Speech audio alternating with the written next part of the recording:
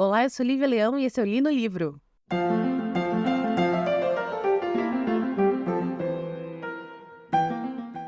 Então, hoje é um dia atípico porque eu fiquei 2 semanas sem gravar, né? Eu tava muito cansada. Assim, junho foi. Esses primeiros 20 dias foram muito loucos, assim, pra mim. De apresentação de Kung Fu, passando por apresentação de dança e, sei lá, problema com condomínio e processo contra a agência de turismo. Enfim, gente, foi muito louca a situação toda. Então, eu tava muito cansada, não conseguia ler, e quando eu conseguia ler, eu tava muito cansada pra gravar. E foi o que aconteceu ontem, né? Eu ia gravar essa semana, não conseguia. Eu falei assim, gravo no domingo. Cara, ontem eu capotei, mas eu capotei, assim, de um jeito que eu, assim, deitei e entrei em coma e acordei hoje, 7 da manhã, pra trabalhar. Então, excepcionalmente hoje eu estou gravando pela primeira vez de manhã cedo. Então, me falem aí o que vocês acham da Lívia que acordou, que tá gravando depois de 8 horas de sono. Enfim, o livro em questão de hoje é um livro coreano. É um livro que eu não lembro porque eu peguei esse livro na Amazon. Eu vou ser muito sincera quando eu falo sobre isso. Eu não tenho noção. Eu só sei que esse livro um belo dia apareceu nessas minhas compras loucas de impulso no meu Kindle e acabou que foi o livro que eu escolhi para essa gravação. O nome do livro é Nascida Kim Jong-un, de 1982. Esse livro é de uma autora chamada Che Nam-jo.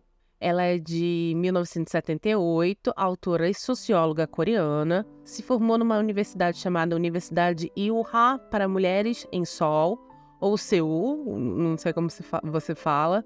E começou a carreira como roteirista de TV, depois ela precisou pausar a carreira porque ela estava engravidando e começou a publicar os livros dela depois que ela voltou dessa pausa da gravidez. A Namju, ela tem uma história muito louca na vida dela que se conecta muito com a história da Jo-yeon, que é a protagonista do nosso livro, né? A Namjo, que é a autora, ela é filha de uma família que tem muitas meninas e o tio dela tinha 5 meninas já, né, quando ela nasceu. E aí o pai dela, porque a gente vai conversar sobre isso mais pra frente, o pai dela, quando a esposa engravidou, falou pro tio, né, falou pro irmão assim, se dessa vez nascer um menino, eu te dou ele de presente pra criar. Como assim, abandono de menor? Mas não tanto. O que acontece é o seguinte, que é o que a gente vai conversar sobre esse livro. A cultura e sociedade coreana é uma sociedade tão machista, mas tão machista, que na cabeça do pai, ele presentear o filho homem para o seu irmão, que tem 5 filhos meninas, é uma grande alegria. Porque se o pai, o tio, teve 5 filhas meninas, ele é um homem muito triste, ele é um homem que teve 5 decepções na vida. Então, dar o seu filho homem de presente para o irmão é, na verdade, um ato de amor. Para as meninas, nem tanto, mas para o seu irmão é.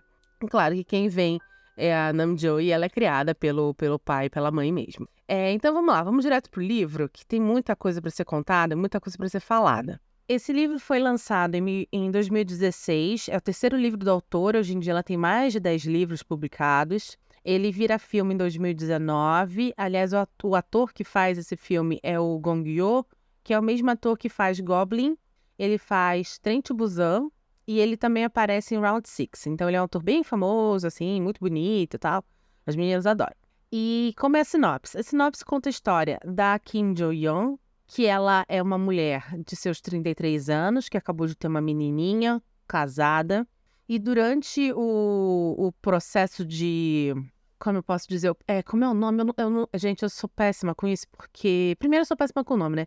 Mas eu não tenho muito contato com mulheres grávidas, então é uma coisa que eu não conheço muito bem. Acho que é puerpério o nome do processo. Deixa eu dar uma olhada, peraí. Durante o puerpério, acabei de ver aqui o nome. O puerpério é esse período que a mulher se recupera logo após o parto, né? Em que existe toda uma situação muito sensível da mulher, onde ela precisa lidar com transformações do corpo com o recebimento de um bebê, amamentação, lactação, dores, enfim. Tem uma youtuber que está fazendo todo um acompanhamento desse processo do puerpério dela, chamada VTube. E essa menina era meio louca, mas ela engravidou agora e ela tá fazendo um conteúdo agora muito diferente do conteúdo que ela fazia antes, que é exatamente isso, é mostrar todos os pormenores que ninguém fala desse período da mãe. E aí eu me sinto muito desconfortável falando isso, porque realmente, gente, eu não tenho contato nenhum com esse tipo de situação, assim. Então, eu tô falando de uma coisa que pra mim é muito, muito virtual, assim. Então, eu peço desculpas se alguma mãe nesse período tá me ouvindo e eu passar alguma informação que não é real, mas é porque, mais uma vez, o que eu conheço é o que eu vi ou da VTube ou li na internet, enfim. E aí, ela tá contando toda essa... Ela acabou de ganhar bebê e tá contando todo esse processo dela sobre como existe toda uma romantização da maternidade, sobre como não existe essa coisa de, na hora você vai saber porque vem por instinto. Ela falou assim, gente, não tem instinto, você precisa de ajuda, de rede de apoio, porque é tudo muito difícil. Ninguém me contou que doía tanto amamentar, ninguém me contou que machucava, ninguém me contou que se você tem manchas no corpo, elas vão escurecer. Ninguém conta essas coisas, esses pormenores, porque existe toda essa romantização à maternidade, né? E a nossa protagonista, a Kim Jo-yeon, ela tá num período, ela está, na verdade, saindo um pouco já do puerpério. A filhinha dela já tá...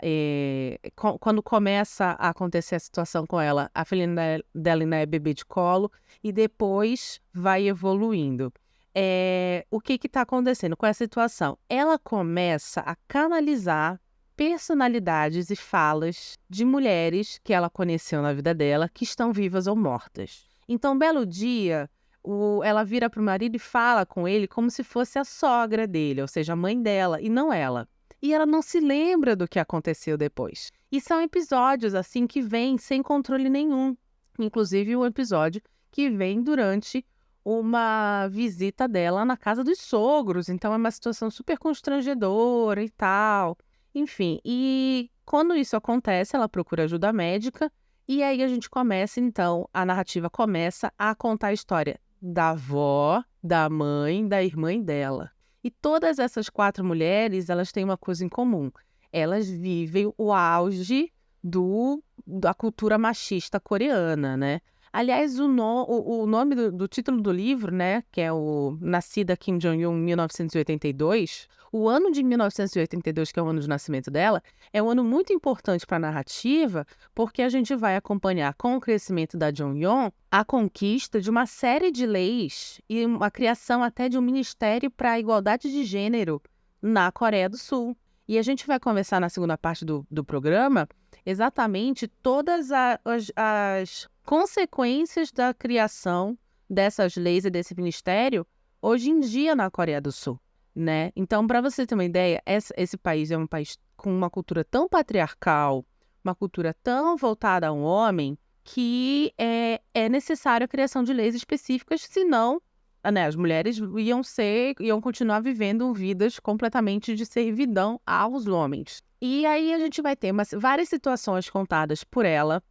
Na verdade, assim, existe um narrador do livro, né, que está contando as situações da vida da mãe, da irmã dela, e a gente vai descobrir no final quem é esse narrador, e a gente vai conhecer essas situações e esse romance, por causa disso, especificamente, obviamente, quanto à vida da Jo-yeon, mas ele torna-se um romance de formação, porque a Jo-yeon, que nós conhecemos no começo do livro, ela é uma mulher madura e ela é uma mulher que tem um pensamento sobre a sociedade que vive, que foi um pensamento amadurecido durante vivências de sofrimento da vida dela.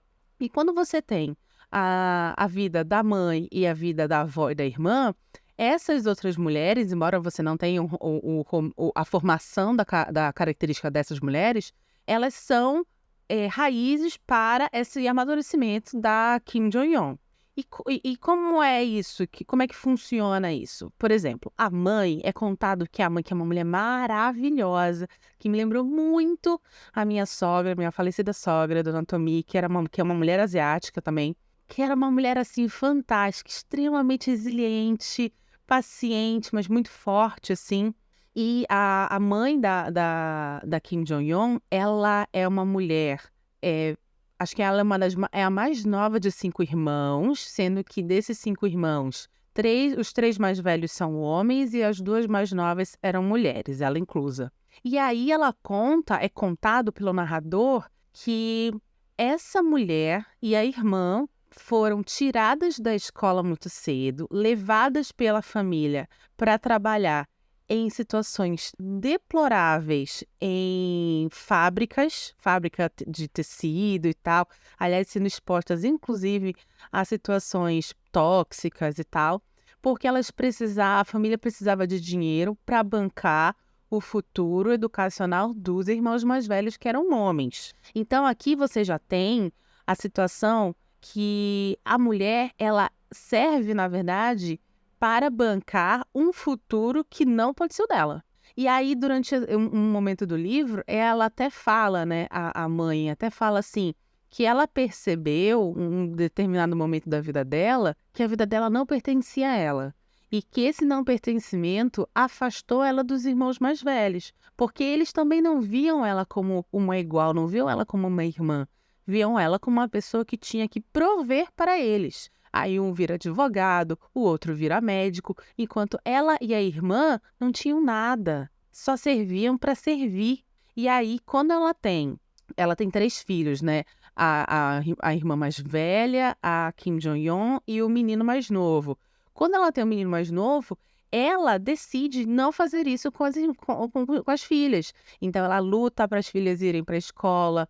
Existe um momento em que o pai, eles se mudam para um apartamento. O pai quer dar um quarto só para o menino. Ela se nega, ela fala assim: não, ele vai dormir com a gente e quem tem que ficar com o quarto separado são as meninas. Cara, essa mulher é muito maravilhosa. E não à toa, a Kim Jong-un, ela vai ser uma personagem que ela vai ter alguns privilégios comparados a outras mulheres na situação dela, mas que ela vai ter alguns privilégios graças a essa mãe e essa irmã que vão e batem na tecla que não é assim que funciona. Pode funcionar ali na esquina, mas aqui dentro de casa vai ser diferente. Então, esse ano que está no título é um ano muito importante, né? A narrativa em si, ela é uma narrativa muito enxuta. É um livro muito pequenininho, é um livro de... A versão que eu li tinha 134 páginas, mas parece que a versão física tem um pouquinho mais. E ela é uma narrativa curiosa, porque ela é uma narrativa muito enxuta. Eu diria, eu não sei se eu posso usar esse adjetivo, mas eu diria que ela é uma narrativa quase estoica. Como assim? Porque durante todo o contar da história, esse narrador, ele vai, né, vai falando, e algumas vezes ele até dá alguns diálogos durante a narração, mas ele fala de uma maneira muito direta. Inclusive, ele dá dados para provar o ponto que ele está especificando ali, que ele está mostrando que é a desigualdade de gêneros na Coreia do Sul. Ou, por exemplo, como é difícil para mães na Coreia do Sul retomar suas vidas após as vidas antigas, né, principalmente a profissional, após terem filhos. E por que eu falo que é quase estoico? Porque em alguns momentos dessa narrativa, solta assim, o narrador acaba deixando escapar algumas figuras de linguagem muito poéticas, muito líricas, né? Que estão ali para demonstrar sentimentos daquela personagem de uma maneira muito, muito íntima, mas são momentos quase que fugidios, assim, sabe? Não é em nenhum momento o fio condutor da narração ou algo que aconteça muito. Então, a impressão que eu tenho é que essa narradora, essa narrativa, o contar dessa história, ela tá ali se segurando para em nenhum momento cair numa pieguice ou num emocional que pode ser usado contra essa narrativa. Porque quantas vezes a gente escuta a frase: Ah, tá vendo? Tá descontrolada. É mulher, tá descontrolada. Quantas vezes uma mulher já não ouviu? Que isso, minha filha? Tá menstruada? Na vida, entendeu? Então, por isso que eu sinto que existe um segurar aí. E pra mim, nada mais é do que um reflexo do próprio estoicismo das personagens, diante das diferenças que a sociedade coreana coloca pra elas por serem mulheres, né? Mas enfim, estou falando demais, então eu vou aqui chamar a nossa propaganda e quando eu voltar, eu vou precisar contar o final do livro, mas mais uma vez, não estraga pra mim. Esse não é o tipo de livro que tem reviravolta. É um livro, sim, que termina de uma forma chocante pra mim, mas não por um plot twist. Termina chocante porque ele vai refletir coisas que são muito doloridas. Se você não quer saber o final desse livro, muito obrigada pela sua audiência, compartilhe esse episódio. E se você quiser saber, é só aguardar nossa propaganda.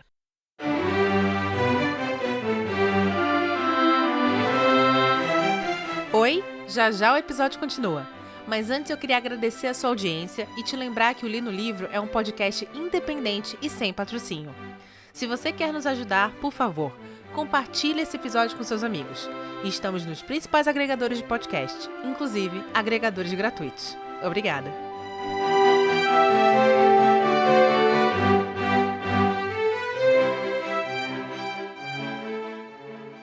Pois muito que bem.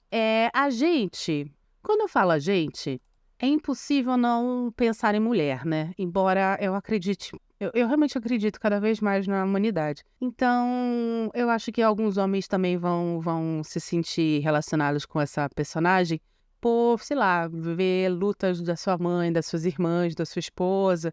Então, eu acredito que tem alguns homens que também vão se sentir relacionados com essa personagem.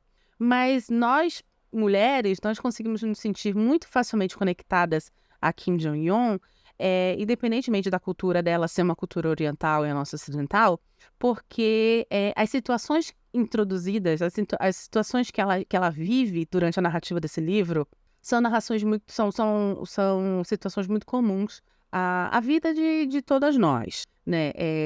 Assédio no trabalho, assédio em ônibus, essa coisa que muito... Gente, eu sou uma mulher casada, né? Sou uma mulher hétero cis casada. Então, é impossível, por mais que o marido seja uma pessoa muito boa, meu marido é uma pessoa boníssima, impressionante.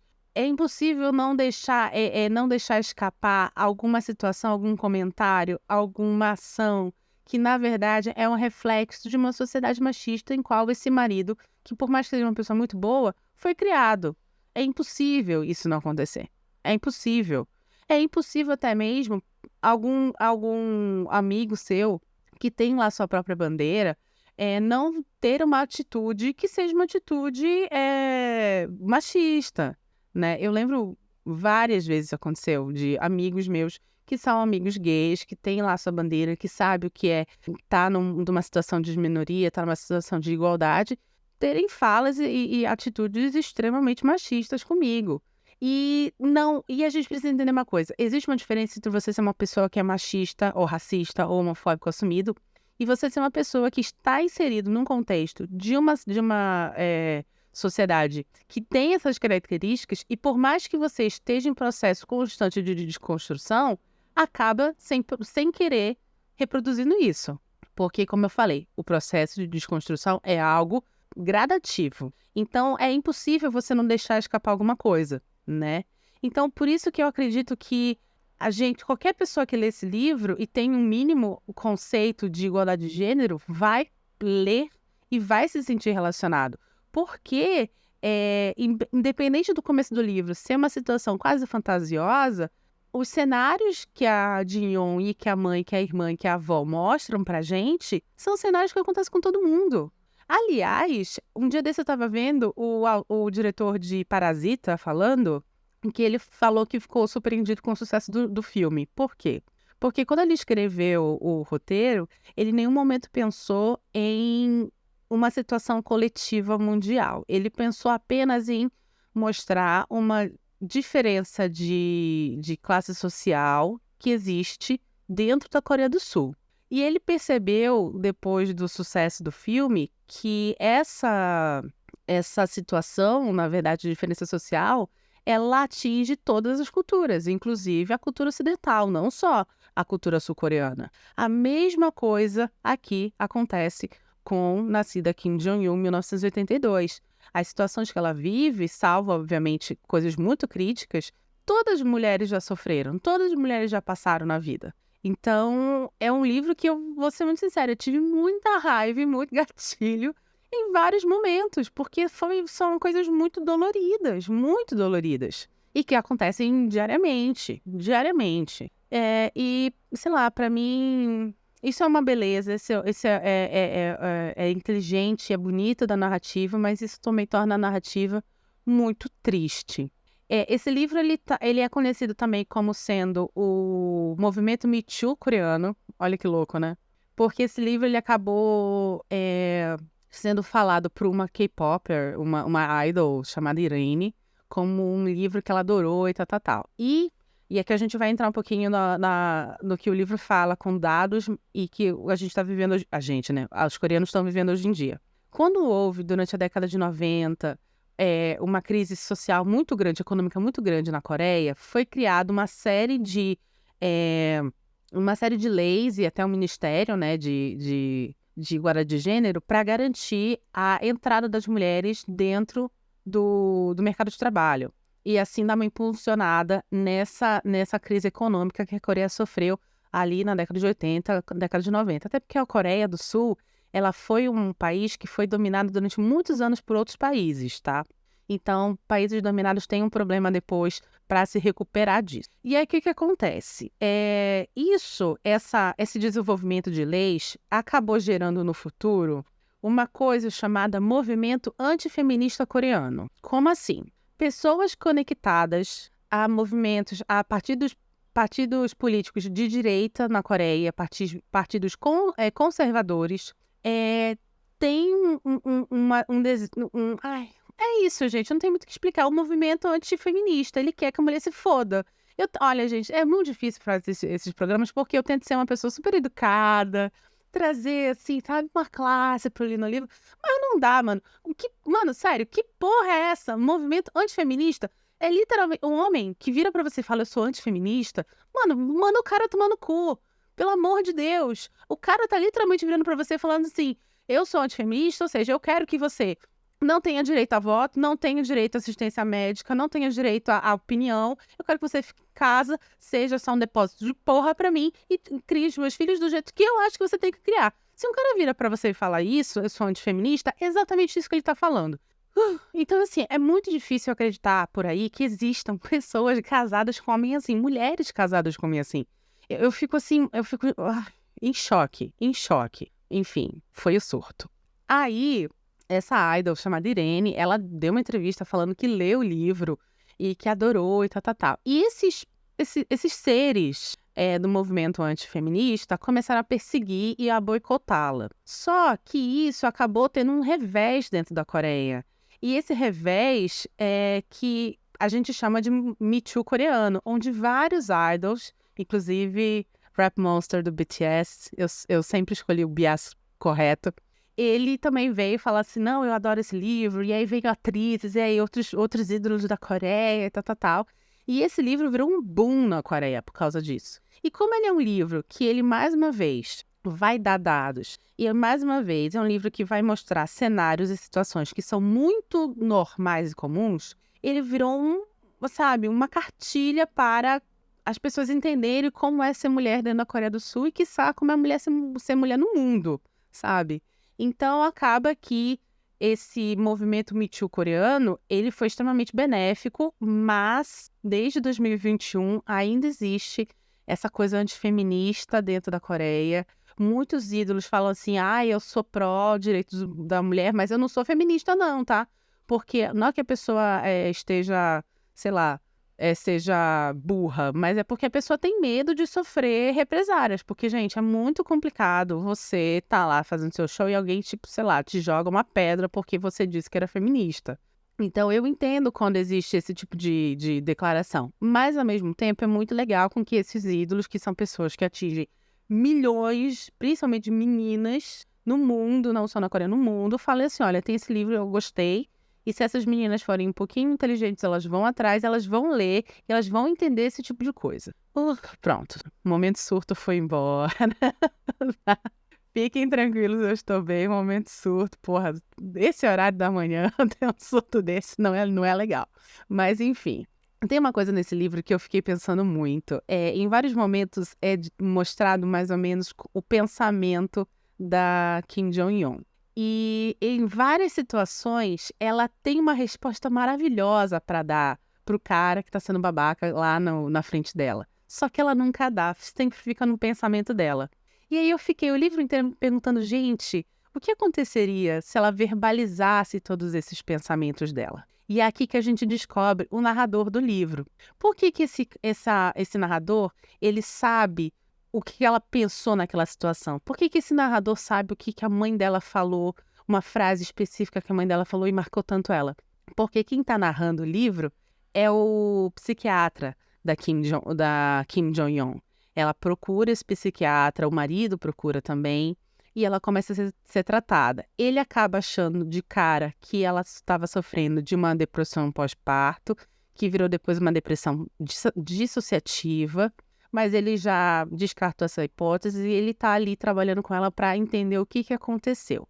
No ponto que a gente encontra e descobre que é o psiquiatra dela, ela ainda está tendo alguns episódios, mas não tão fundos, não tão profundos, não é sempre que acontece.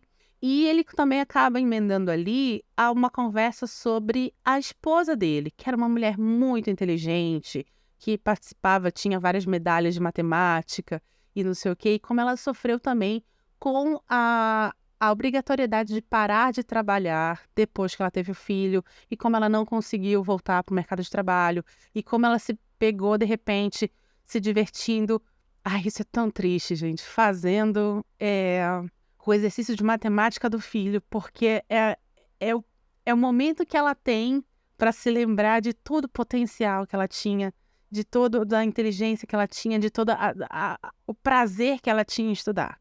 Olha, gente, isso é muito triste. E aí termina esse livro, uma moça, uma das psiquiatras do escritório dele, chegando e falando assim, foi um prazer, mas eu vou ter que sair porque eu vou ter meu filho.